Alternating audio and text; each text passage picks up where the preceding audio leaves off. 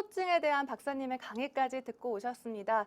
요즘 들어서 이렇게 보양식 챙겨 먹어야 하겠다는 분들 정말 많으신데요.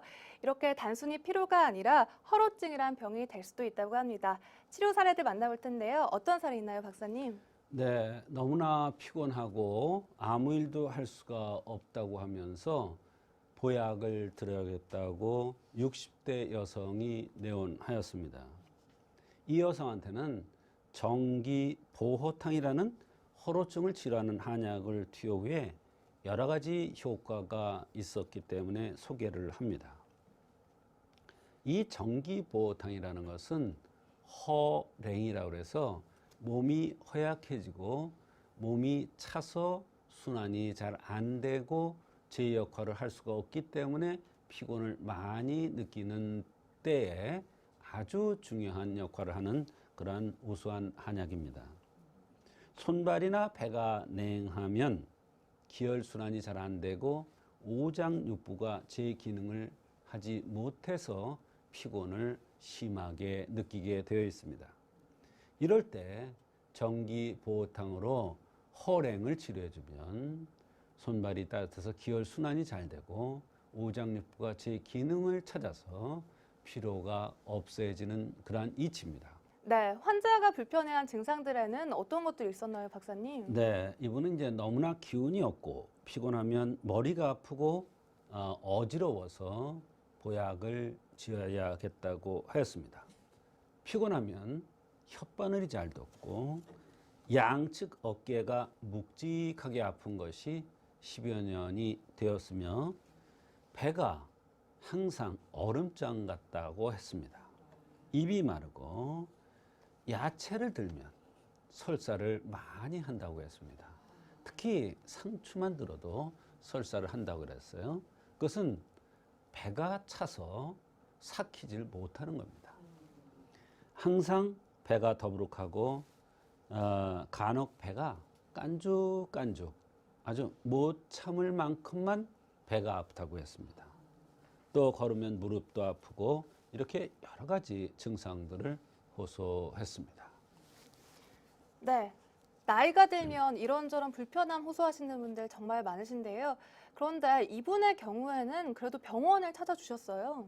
네, 손발이나 배가 얼음짝까지 차다거나 야채를 먹으면 설사를 한다거나 피곤하면 혓바늘이 돋거나 배가 항상 더부룩하고 배가 깐죽깐죽 이렇게 못 참을 만큼 아프다는 것은 모두 배가 냉해서 위장 기능이 원활하게 돌아가지 않아서 나타나는 현상입니다.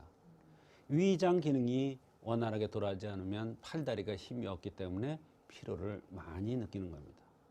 더군다나 이 여성은 60세가 넘은 환자이기 때문에 허루증 중에서 허냉이 심해서 나타나는 그러한 현상이기 때문에 이 허냉에 매우 좋은 정기보호탕을 투여해서 좋은 효과가 있었던 것입니다. 한약을 먹으면서 바로 너무나 소화가 잘 되고 편안하면서 변도 잘 나와서 좋고 어깨가 그렇게 오랫동안 아팠었는데 어깨의 통증도 줄어들었고 조금만 피곤하면 혓바늘이 돌았는데 이것도 없어졌다고 매우 만족스러워했습니다. 그러나 아무리 좋은 약을 주더라도 환자가 주의사항을 지키지 않으면 병은 다시 재발할 수가 있습니다. 첫째, 찬 것, 날 것을 적게 들어야 합니다. 왜 그러냐면 나이도 그렇지만 허랭이라는 이러한 병이 있는 사람이기 때문에 숙성시키는 힘이 부족합니다. 말하자면 음식을 먹은 게 삭히고 녹여야 되는데 이럴 힘이 없는 것입니다. 그렇기 때문에 찬 거, 날 거를 적게 들어야 되고 저녁 식사를 가볍게 해야 됩니다. 저녁 식사를 많이 하면 저녁에는 팔다리를 움직여서 걷지를 않기 때문에 바로 소화시킬 능력이 없습니다. 그래서 소화도 안 되기 때문에 더욱 소화장애도 있을 거고 그러면 팔다리로 기혈순환이 안 돼서 피로를 더 많이 느낄 수밖에 없는 것입니다. 이러한 모든 현상들은 나이가 들어가면서 점점 추위를 많이 타고 화롯불이 꺼지듯이 꺼져가는 불에 의해서 기혈순환이 안 되는 연세가 많은 사람이기 때문에 나타나는 것이고, 그래서 음식도 삭히지 못해서 피로를 많이 느꼈던 것입니다.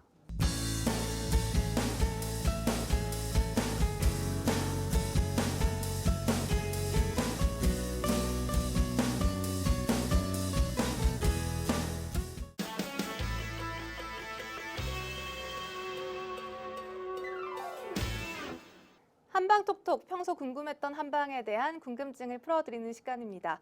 오늘도 건강톡톡 시청자의 사연 도착해 있는데요. 서울에서 김혜리님께서 보내주신 사연입니다. 어렸을 때부터 일주일에 2~3번 정도 가위에 눌리곤 합니다.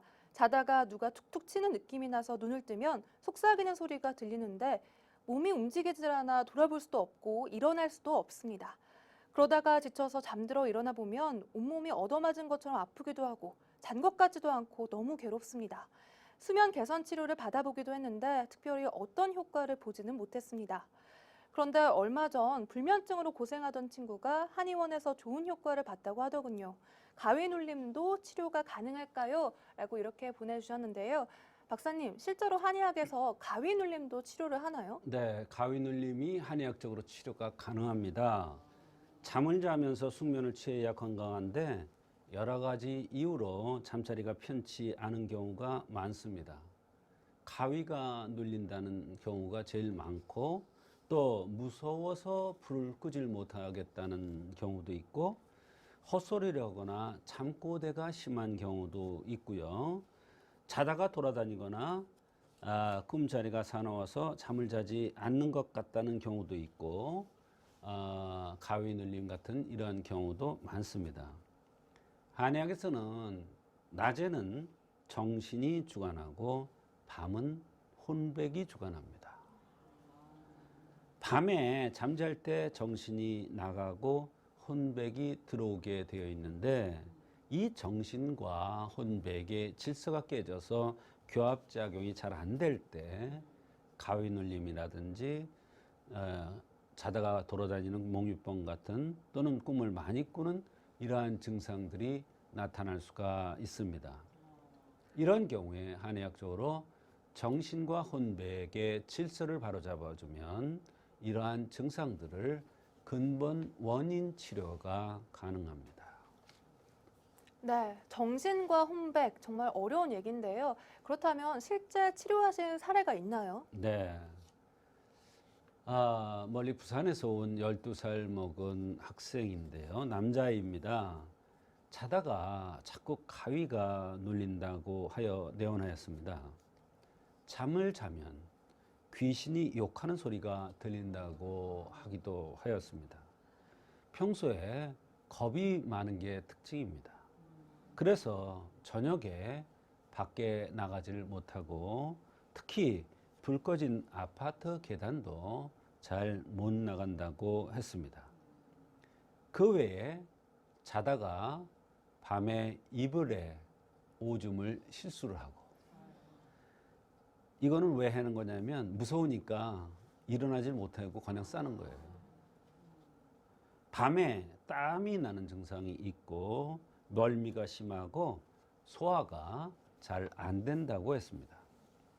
이 학생의 특징은 눈이 컸습니다. 또 눈 밑에 와잠이 이렇게 두툼하게 이렇게 있었습니다. 그리고 맥을 보니까 담이 허한 이러한 맥이 나왔는데, 이러한 모든 것이 가위 눌림의 원인이었습니다.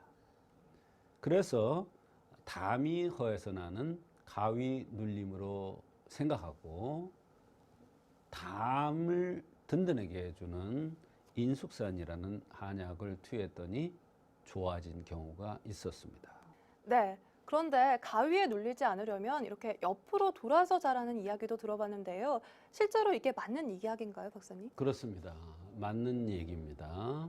우리가 잠잘 때 똑바로 이렇게 누워 자면 사악한 것을 부른다고 그랬어요. 그러니까 나쁜 기운을 부르는 거죠. 그래서 옆으로 무릎을 구부리고 새우처럼 자는 게 가장 좋습니다. 한쪽으로만 자는 게 아니라 자연스럽게 이렇게 좌우를 하면서 잡니다. 일어날 때도 기지개를 켜서 정신이 흩어지지 않도록 해야 됩니다. 또 만약에 침대에 잘 때는 왼발부터 땅에 닿도록 하는 것이 가장 좋다고 했습니다. 왼발부터 닿으면은 하루 종일 상쾌하고 좋은 일이 생긴다고 했습니다. 나쁜 악한 일이 안 생긴다고 그랬어요. 또 저녁에 잠잘 때 이불 다물고 자는 것이 좋습니다.